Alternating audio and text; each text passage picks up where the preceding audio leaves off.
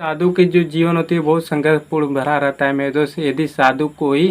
यदि साधु बन जाता है तो अपने घर को सदा के लिए त्याग देता है मेरे दोस्त, और वो सदा के लिए अपने घर से निकल जाता है और दोबारा अपने घर की ओर त्यागता नहीं है मेरे दोस्त।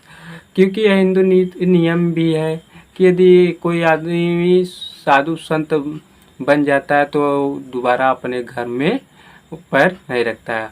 और कुछ फेक भी आजकल साधु संत हो गए तो उनकी बात हम नहीं करें, लेकिन जो सच्चा साधु संत होते हैं मेरे दोस्त, वो यदि अपने घर को त्याग देते हैं तो दोबारा वो वापस नहीं आते हैं।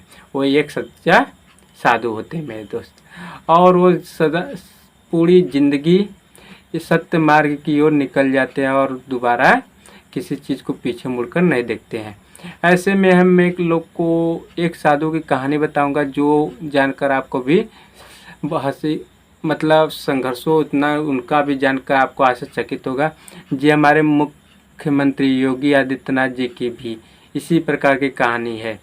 2020 में जब कोरोना काल था तो उनके पिता की मृत्यु हो गई थी, और जान गए थे कि हमारे पिता की मृत्यु हो गई थी, लेकिन उन्होंने एक साधु होने का यह भी फर्ज निभाया कि उनके जो मृत्यु के कार्यक्रम के आयोजन था उसमें उन्होंने नहीं आए, और उनको सभी लोग बुलाए लेकिन उन्होंने नहीं आए क्योंकि वह एक साधु थे।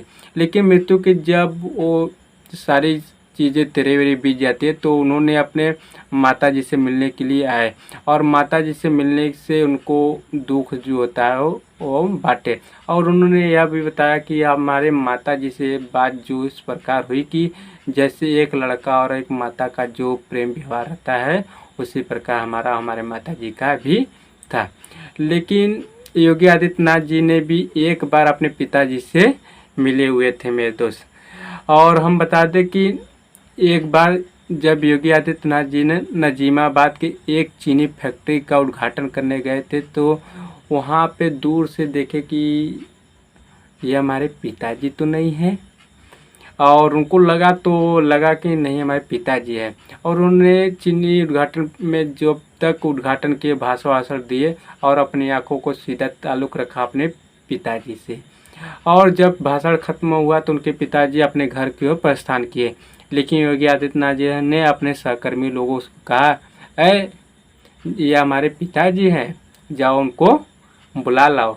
और उन्होंने जो सहकर्मी लोग उनके पिताजी को लेकर आए और योगी आदित्यनाथ जी ने उनसे बातचीत की और बताया कि पिताजी से बातचीत करके हमें बहुत अच्छा लगा। तब तक के लिए मैं चलता हूँ। धन्यवाद मेरे दोस्त।